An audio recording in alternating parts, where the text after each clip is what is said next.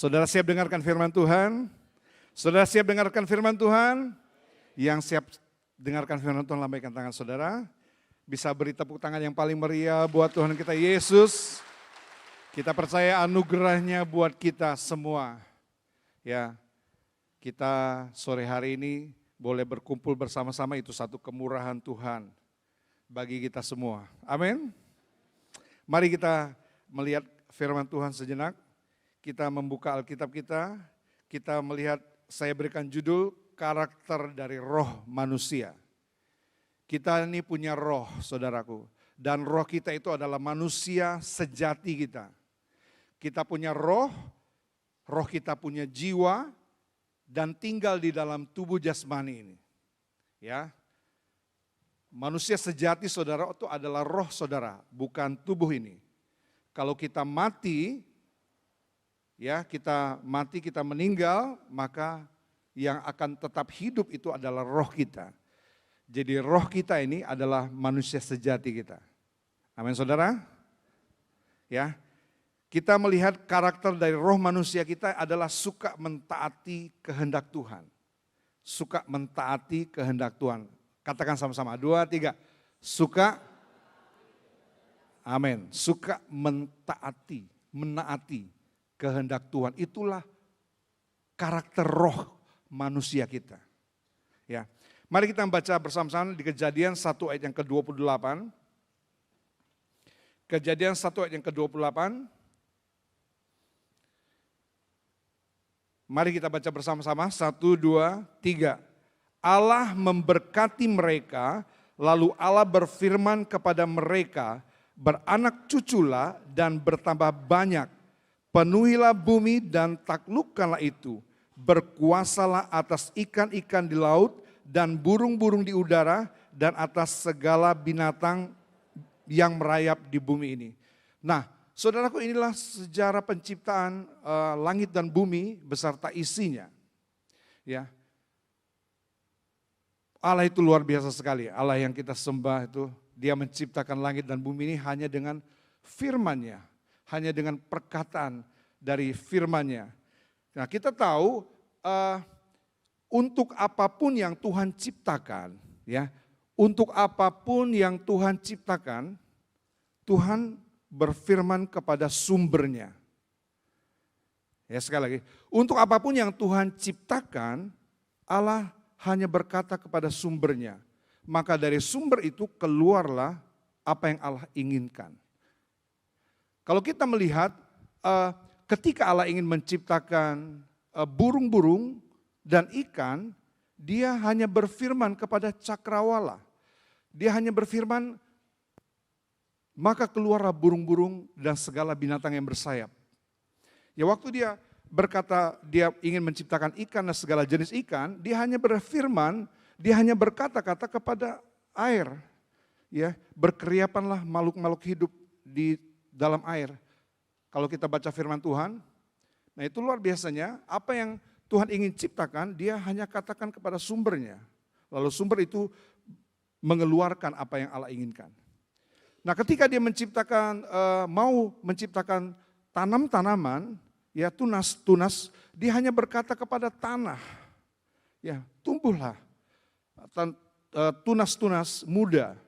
Nah, ketika Dia ingin menciptakan binatang-binatang, Dia hanya berkata kepada tanah, kepada bumi ini, maka dari bumi ini keluarlah segala jenis binatang-binatang, binatang merayap, binatang yang melata termasuk. Nah, saudaraku, waktu Allah ingin menciptakan manusia, Adam dan Hawa, ya Dia berfirman kepada apa? Ya, Alkitab katakan Kejadian 1 ayat yang ke-26, Dia berkata kepada dirinya sendiri. Ya, Dia ucapkan, baiklah kita. Dia berkata-kata kepada dirinya sendiri, baiklah kita menjadikan manusia itu menurut gambar dan rupa kita. Maka dari perkataan Allah itu keluarlah roh manusia. Nah, saudaraku, waktu Allah ingin berbicara kepada manusia, di ayat yang kita baca ini. Nah, Allah hanya berkata-kata, Ya, kalau saudara melihat, ini difirmankan oleh Tuhan, waktu dia ingin berkata-kata kepada manusia, dia hanya berkata kepada roh.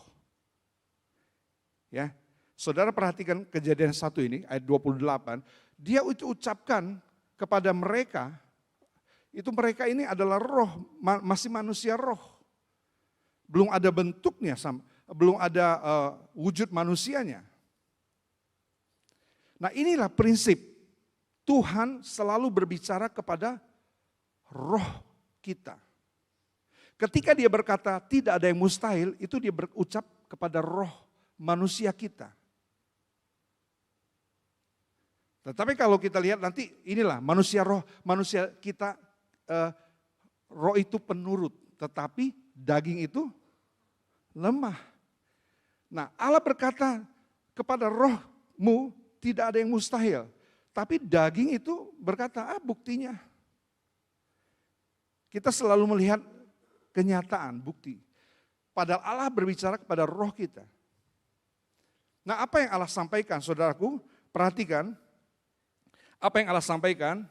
Nah ketika itu Allah berkata, Allah memberkati mereka lalu Allah berfirman kepada mereka, beranak cuculah dan bertambah banyak. Penuhilah bumi, taklukkanlah itu, berkuasalah atas ikan-ikan di laut dan burung-burung di udara dan atas segala binatang yang merayap di bumi. Perhatikan, Allah melihat potensi yang ada pada diri manusia. Ya, saudara perhatikan, pada waktu Allah berkata ini, seperti ini, beranak cuculah, bertambah banyak. Padahal Allah bicara minimal dengan dua orang, ya.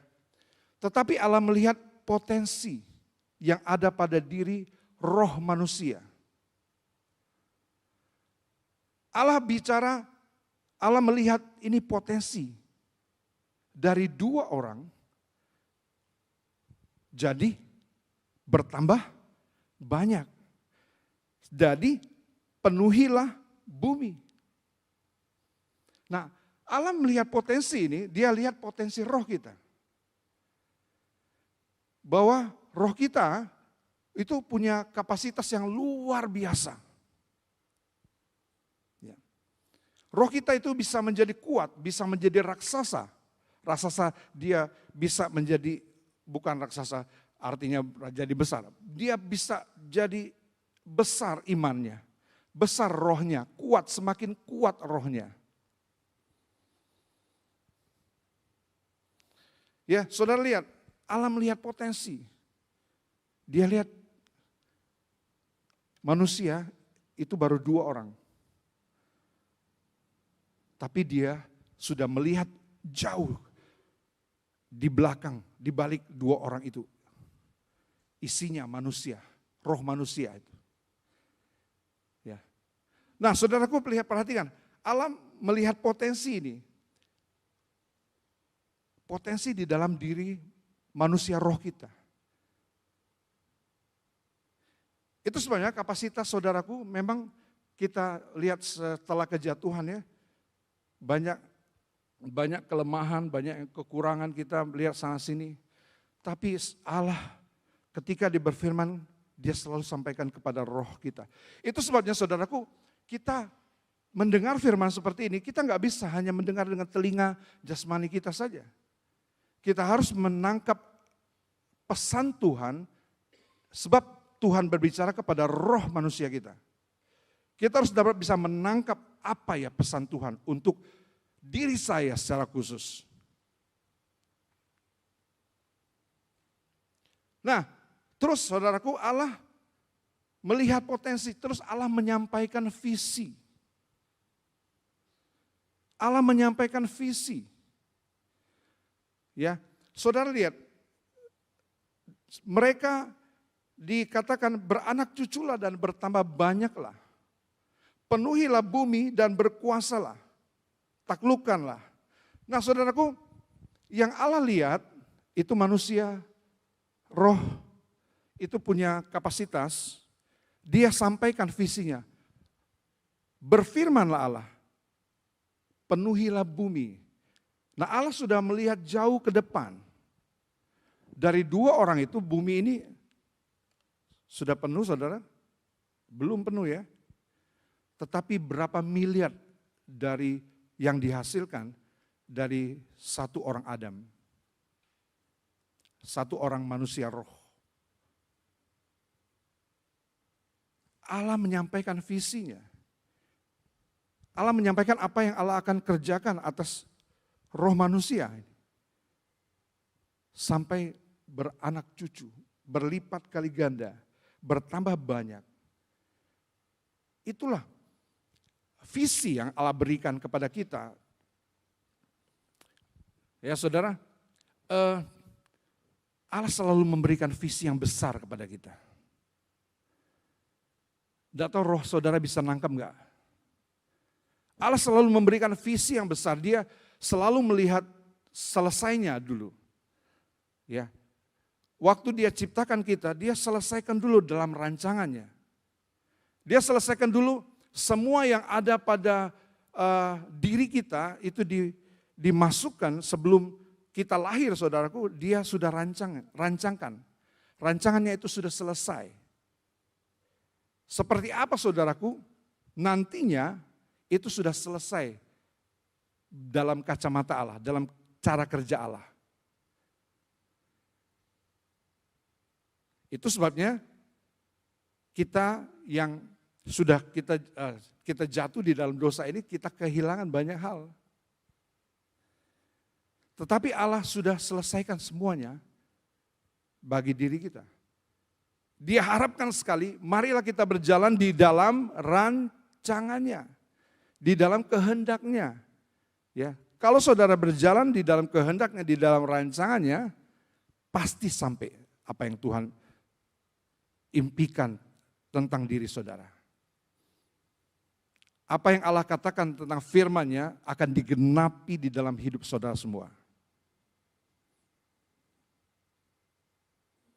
Ya, ini sangat disayangkan sangat disayangkan ketika Allah berkata ini, Kejadian 2 ayat yang ke-17.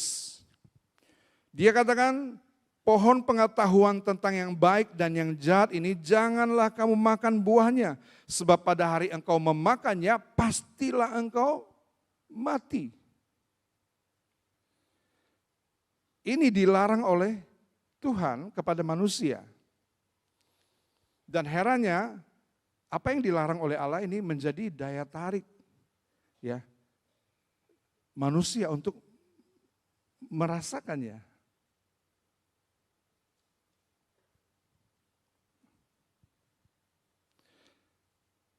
Nah, saudaraku, katanya ketika engkau makan itu, pada hari engkau memakannya, pastilah engkau mati. Pasti engkau mati. Nah, inilah sangat disayangkan, saudaraku, roh kita, roh manusia itu tadi ditaruh di dalam tubuh Adam, sangat disayangkan ketika dia makan buah ini, mereka jatuh di dalam dosa. Dan bukan sekedar jatuh, saudaraku, mereka kehilangan banyak hal tentang visi Allah. Apa yang Allah rancangkan atas diri manusia itu banyak yang hilang. Ada yang enggak hilang, ada yang hilang. Nah, yang tidak hilang itu salah satunya potensi kita. Potensi itu tidak hilang, tetapi tidak mencapai kemaksimalannya.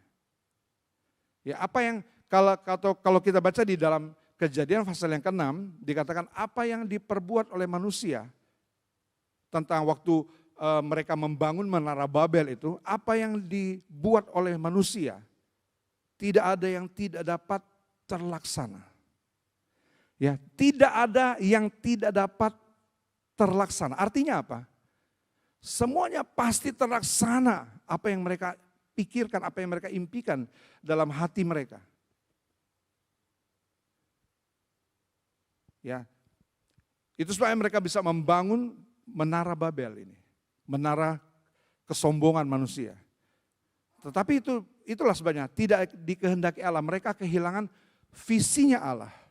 Mereka tidak kehilangan potensi. Ya, Potensi mereka tetap ada. Tetapi kehilangan visinya Allah. Itu sebabnya mereka, kalau mereka menangkap visi Allah ketika perkataan kuasailah bumi ini, kuasailah ikan-ikan, kuasailah lingkunganmu. Nah, apa yang Allah maksudkan dikuasai ini? Perhatikan, kenapa orang mau jadi pemimpin? Kebanyakan kita kalau ingin menjadi pemimpin, ingin berkuasa. Ingin bisa memerintah orang-orang. Ya. Ingin supaya dituruti apa yang dia katakan. Dilaksanakan apa yang dia mau. Nah, itu sebenarnya sudah kehilangan visi daripada Allah. Maksudnya Allah menguasai ini, menguasai lingkungan kita. Menguasai tubuh kita ini. Menguasai, kita lihat sekarang, kalau sekarang ini banyak orang-orang yang dikuasai bukan lagi menguasai dirinya, tetapi mulai dikuasai oleh tumbuh-tumbuhan contohnya. Berapa banyak yang merokok, tidak bisa lepas. Berapa banyak yang ada yang pakai ganja, pakai obat-obatan terlarang. Itu salah satu contoh bahwa kita dikuasai, kita nggak bisa lepas. Harusnya kita yang menguasai.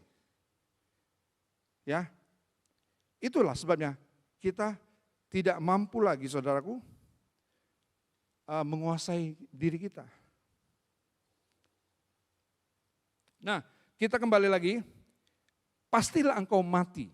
Artinya apa? Buktinya Adam belum mati waktu dia makan buah itu. Ya, Adam dan Hawa belum mati waktu dia makan buah pengetahuan yang baik dan jahat itu. Tuhan katakan pastilah engkau mati pada hari engkau memakannya. Nah, ini apa yang dimaksudkan dengan kata mati di sini?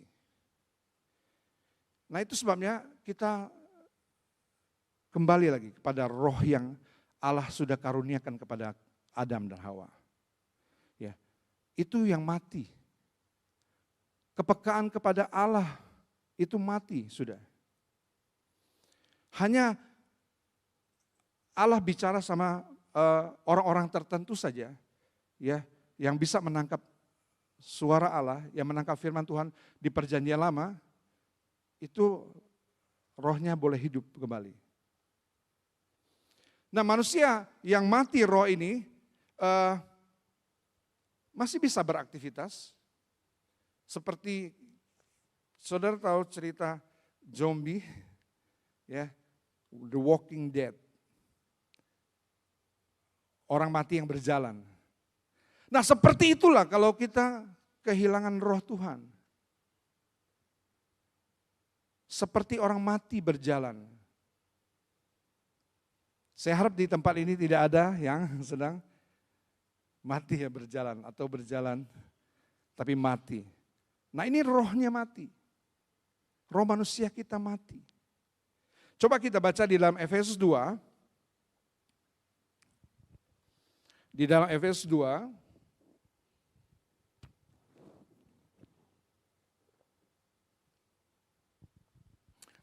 Efesus 2 ayat 1. Saya kasih lihat ayat-ayatnya. Ya, kamu dahulu sudah apa? Kamu dahulu sudah mati. Kamu dahulu sudah mati. Dikatakan di sini karena pelanggaran-pelanggaran dan dosa-dosamu. Saudara ngeri ini, kalau kita main-main dengan dosa dan kita sengaja melanggar. Ya, kamu sudah mati dahulu.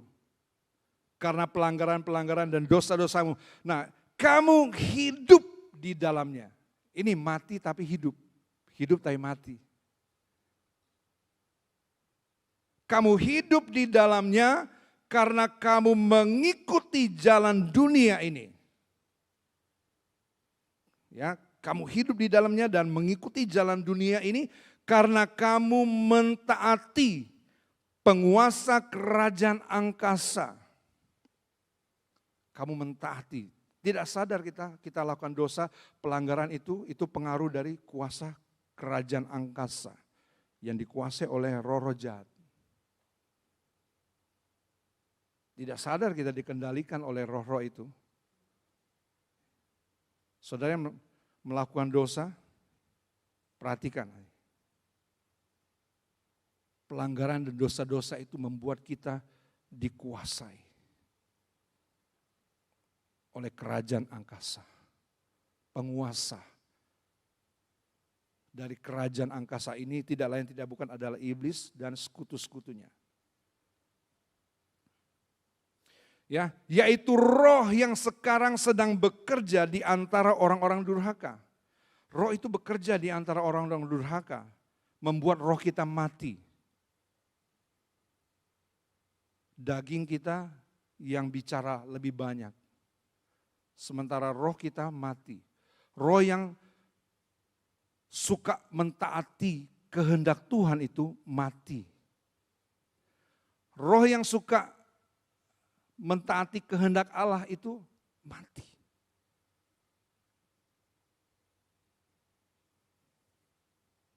Ya. Sebenarnya dahulu kami semua juga terhitung di antara mereka ketika kami hidup di dalam hawa nafsu daging. Ini saya katakan, daging kita lemah. Daging kita tidak kuat menolak nafsu. Daging kita tidak punya daya tahan. Sedangkan iblis selalu setiap waktu, bahkan setiap hari, setiap waktu menaburkan cobaan dalam kehidupan kita, sekitar kehidupan kita. Setiap hari, setiap waktu. Sadarkah kita?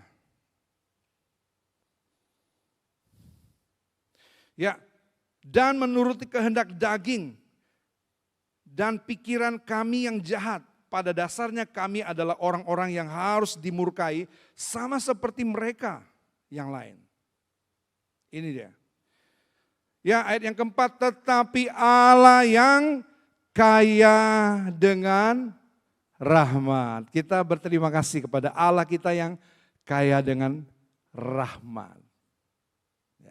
Apa artinya kaya dengan rahmat ini? Dia penuh kemurahan tuh.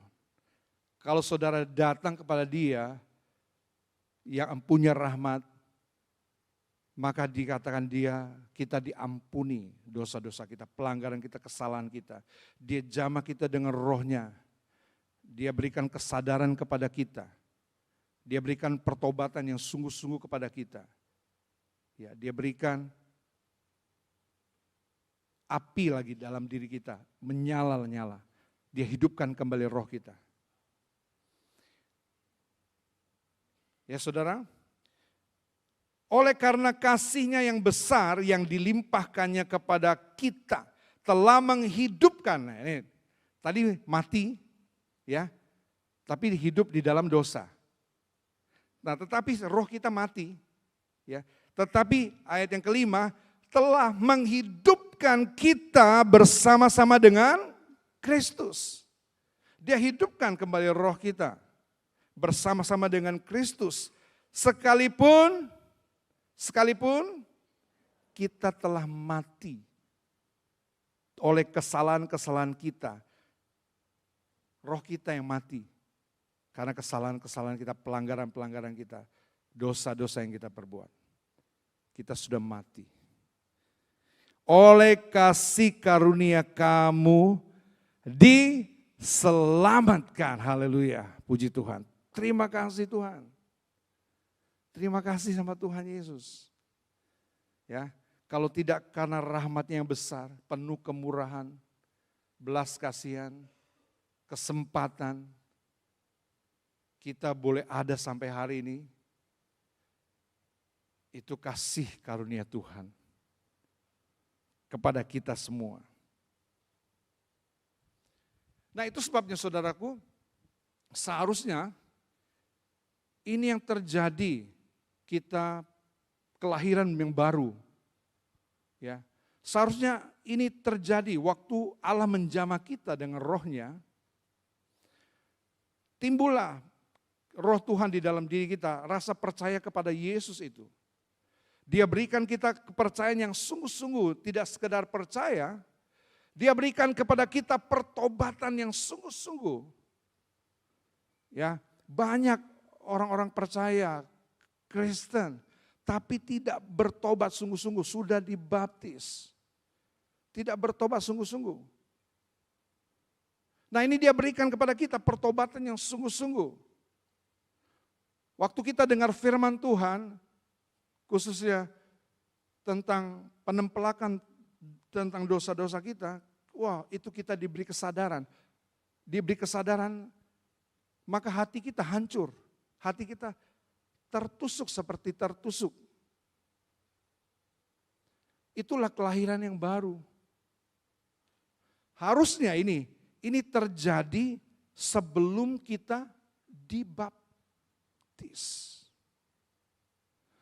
Harusnya sudah pertobatan itu terjadi, pertobatan yang sungguh-sungguh, maka firman Tuhan memberikan impresi kepada diri kita, ya, satu dorongan untuk kita, bukan sekedar ikut-ikutan waktu mau dibaptis. Kita sudah benar-benar lahir baru. Saudaraku, kok kita mesti semua lahir baru, sudah mengalami kelahiran baru. Ya, di tempat ini semuanya, saudara sudah harus mengalami kelahiran baru. Saudara sudah lahir baru? Saudara sudah lahir baru? Yang lama itu sudah berlalu. Yang lama itu sudah mati. Dikuburkan waktu kita dibaptis. Nah, ini harusnya sudah terjadi dalam kehidupan kita. Sebelum kita dibaptis harusnya kita sudah lahir baru. Barulah kita bisa mempermuliakan Tuhan. Barulah kita bisa menyenangkan hati Tuhan. Barulah kita ini tidak jadi batu sandungan buat orang-orang yang tidak percaya. Banyak ya orang-orang Kristen katanya sudah dibaptis. Orang tua, anak-anak remaja lagi. Katanya kamu sudah dibaptis. Masih aja kelakuanmu seperti ini. Nah, harusnya itu tidak terjadi lagi dalam diri orang-orang yang sudah dibaptis. Dia sudah harus mengalami kelahiran yang baru terlebih dahulu. Nah, kita lihat contohnya di dalam Kisah 2 ayat yang ke-37 dan ke-38. Kisah 2 ayat yang ke-37. Ketika mereka mendengar hal itu, hal apa? Firman Tuhan yang disampaikan oleh Petrus ketika hari Pentakosta itu turun Roh Kudus dan mereka semua dipenuhi dengan Roh Kudus, murid-murid Tuhan, mereka bersaksi, mereka menginjil, mereka bercerita tentang Tuhan Yesus yang disalibkan. Mereka lah yang disalibkan, mereka lah yang menyalibkan Tuhan Yesus itu. Mereka tidak tahu bahwa itu adalah Mesias yang mereka tunggu, tetapi mereka salibkan. Nah, ketika mereka mendengar hal itu, hati mereka inilah sangat terharu. Hati mereka rasanya tertusuk. Bahasa yang lain ya. Hati mereka sangat terharu. Hati mereka sangat tertusuk. Mereka sangat terganggu. Mereka sangat menyesal.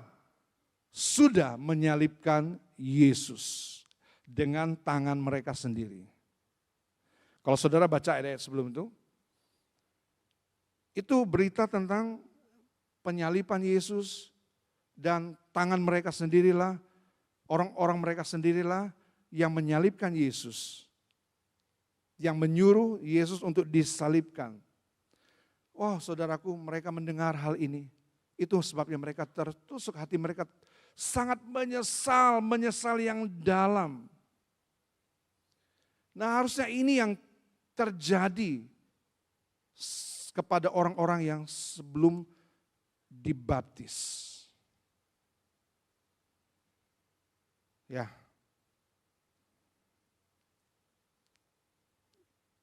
Memang waktu itu nggak ada pelajaran kayak seperti di gereja kita. orang-orang yang mau dibaptis, ya siapa yang daftar sudah baptisan? Kita dikasih pelajaran terlebih dahulu. Nah mereka memang tidak dikasih pelajaran karena tidak sempat mungkin. Ya tidak sempat kalau kita melihat ya. Tapi ini inti daripada pelajaran itu adalah hati mereka tertusuk, hati mereka sangat menyesal akan dosa perbuatan mereka. Akan dosa-dosa yang mereka perbuat yang menyebabkan Yesus disalib. Intinya hanya itu saudaraku.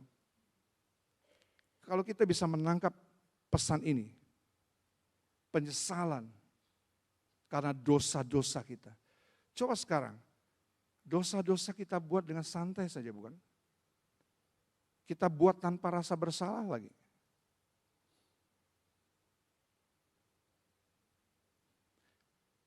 Rasa menyesal, sangat menyesal. Ketika mereka mendengar hal itu, hati mereka sangat terharu. Lalu mereka bertanya kepada Petrus dan rasul-rasul yang lain, apakah yang harus kami perbuat? Apa yang harus kami perbuat kalau gitu? Apa yang harus kami perbuat?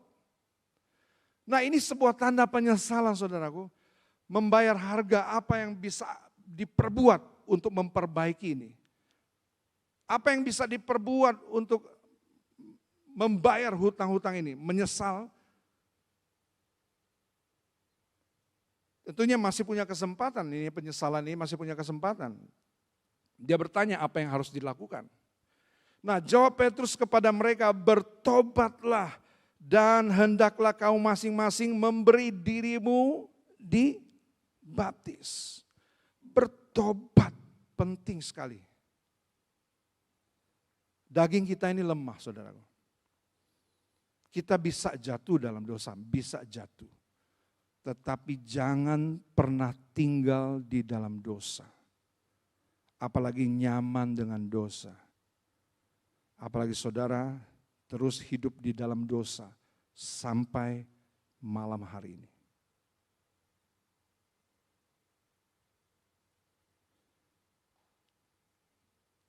Bertobat, menyesal, sesal, penuh sesal. Dan beri dirimu dibaptis dalam nama Yesus Kristus untuk pengampunan dosamu. Wow, kalau sudah lahir baru semua, kita baru dibaptis, menjadi kesaksian kehidupan kita setelah dibaptis. Menjadi kesaksian sekali. Ya, bagi yang sudah dibaptis, kalau dibaptis di gereja kita Mahanaim, pasti di dalam nama Tuhan Yesus Kristus. Ya, baptisan itu formulanya di dalam nama Bapa, Putra, dan Roh Kudus, di dalam nama Tuhan Yesus Kristus. Lalu saudara ditenggelamkan. Lama, sampai mati. Maksudnya manusia lamanya mati, lalu dibangkitkan dalam hidup yang baru. Nah harusnya itu sudah terjadi dalam kehidupan kita. Ya, yang sudah dibaptis kita nggak usah ulang, nggak perlu baptis ulang. Yang penting kita hidup dalam pertobatan setiap hari. Ya, kita hidup dalam pertobatan setiap hari. Kita hidup dalam memuliakan Tuhan. Nah, memberi dirimu dibaptis dalam nama Tuhan, dalam nama Yesus Kristus untuk pengampunan dosamu, maka kamu akan menerima karunia Roh Kudus. Tidak ada yang mustahil, orang belum dipenuhkan dengan belum dibaptis tapi dia sudah penuh dengan Roh Kudus. Dia dapat karunia Roh Kudus. Orang itu belum dibaptis, bisa itu terjadi. Tapi kalau semua sudah terjadi, baiklah berilah dirimu untuk dibaptis. Ya. Bulan depan kita akan mulai dengan pelajaran baptisan. Ini sangat penting sekali. Biarlah saudara-saudara yang akan dibaptis nanti mengerti dan penyesalan, bertobat yang sungguh-sungguh supaya hidupmu mengalami kelahiran baru. Beri dirimu dibaptis, ya. Nah itu sebabnya saudaraku roh kita itu hidup lagi jadi. Itu sebabnya roh kita hidup kembali. Setelah kita percaya kepada Yesus, bertobat sungguh-sungguh, percayanya sungguh-sungguh, bertobatnya sungguh-sungguh, itulah kelahiran baru. Kita ngalami kelahiran baru dari firman dan Roh Kudus. Biasanya hatinya tertusuk, hatinya terharu mendengar firman itu, kita ada tetesan air mata, kita menangis. Seperti seorang bayi yang baru lahir. Ya, saya tidak pernah lupa pengalaman itu saudaraku. Saya menangis di hadapan Tuhan, berlutut panggil calling pada waktu itu. Ya, saya menangis habis-habisnya di depan altar sini. Maksudnya bukan di depan altar ini, di Palembang waktu saya masih remaja. Hancur hati karena dosa-dosa. Menyesal karena sudah berbuat dosa. Menyesal karena sudah menyakiti hati Tuhan. Penuh penyesalan. Wow, itulah sebabnya roh kita itu hidup kembali. Ya, hidup kembali. Nah, saya bawa saudaraku tentang karakter manusia roh itu, yaitu penurut. Ya, dia penurut. Matius 26 ayat yang ke-41. Nah, ini roh kita kembali hidup, saudaraku. Tetapi kita harus terus berjaga-jaga dan berdoa. Ya, dikatakan di sini Matius 26 ayat 41, berjaga-jagalah dan berdoalah supaya kamu jangan jatuh ke dalam pencobaan. Setiap hari, setiap waktu, saudaraku, setiap jam, setiap menit, selalu itu cobaan di sekitar kita. Ya. Kalau kita nuruti, wow, saudaraku, kalau kita buka sedikit saja, dia masuk ke dalam hati kita. Dia mulai menguasai kita. Nah, itu sebenarnya berjaga-jagalah dan berdoalah supaya kamu jangan jatuh ke dalam pencobaan. Roh memang penurut, tetapi daging lemah. Itu sebenarnya roh itu penurut, saudaraku. Roh itu senang, suka mentaati kehendak Tuhan. Menaati apapun perintah Tuhan, dia senang mendengarnya, senang ikuti juga. Senang melakukan kehendak Tuhan. Tetapi roh daging itu lemah katanya. Nah ini sekarang ya, dalam bahasa Inggris dikatakan in that is willing. Yes, the spirit in that is willing. Nah roh itu memang bersedia. Roh itu memang bersedia. Untuk apa dia bersedia? Ya, dikatakan di Markus 14 ayat 38 kata-kata yang sama, ya, tetapi disalin dengan truly is ready. The spirit truly is ready. Roh itu benar-benar siap. Roh itu benar-benar siap. Roh kita itu benar-benar siap. Untuk apa? Untuk menaati kehendak Tuhan. Untuk menaati kehendak Tuhan. Apapun kehendak Tuhan, roh itu mau taat. Tetapi daging itu lemah. Itu sebabnya saudaraku harus berjaga, harus berdoa. Ya. Saudara tahu musuh roh manusia itu adalah roh iblis? Bukan, saudaraku. Ya, roh manusia itu musuh paling besar, utama adalah keinginan daging, hawa nafsu. Itu lawan daripada roh manusia kita. Itu sebabnya roh manusia kita itu harus kuat untuk bisa menang. Dalam peperangan itu kalau mau menang, saudaraku, maka tidak ada jalan lain. Kuatkan rohmu. Rohmu harus kuat supaya bisa menang. Roh itu penurut, saudara. Roh itu punya kehendak. Dia selalu siap sedia.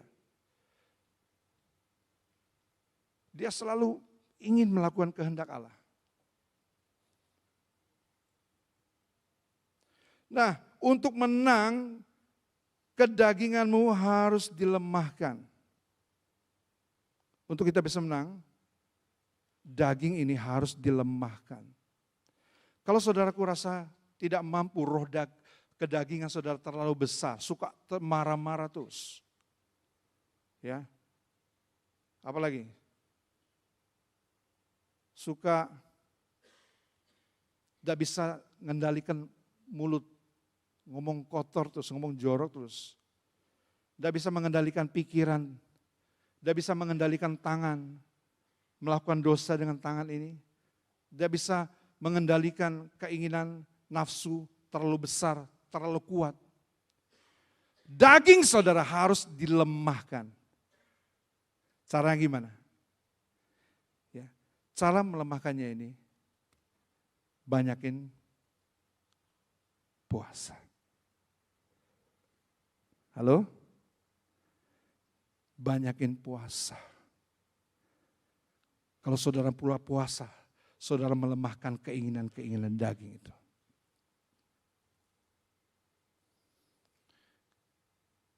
Kalau dia lemah, keinginan daging melemah, rohmu akan jadi kuat. Roh itu akan muncul. Ketika daging kita lemah, roh itu akan keluar. Roh itu taat kepada kehendak Tuhan. Kalau saudara mau lihat apa saja kehendak Tuhan, roh selalu kepingin melakukannya. Asal daging itu tidak menghalangi. Dia selalu mau datang kebaktian, roh itu berkehendak. Ya, kalau saudara rasa berkehendak rohnya, tetapi dagingnya hujan. Halangannya banyak, alasan daging itu terlalu banyak untuk kita mentaati kehendak Tuhan. Tetapi keinginan roh itulah yang Tuhan kehendaki. Mari kita berdiri bersama-sama. Kita akhiri firman Tuhan. Haleluya.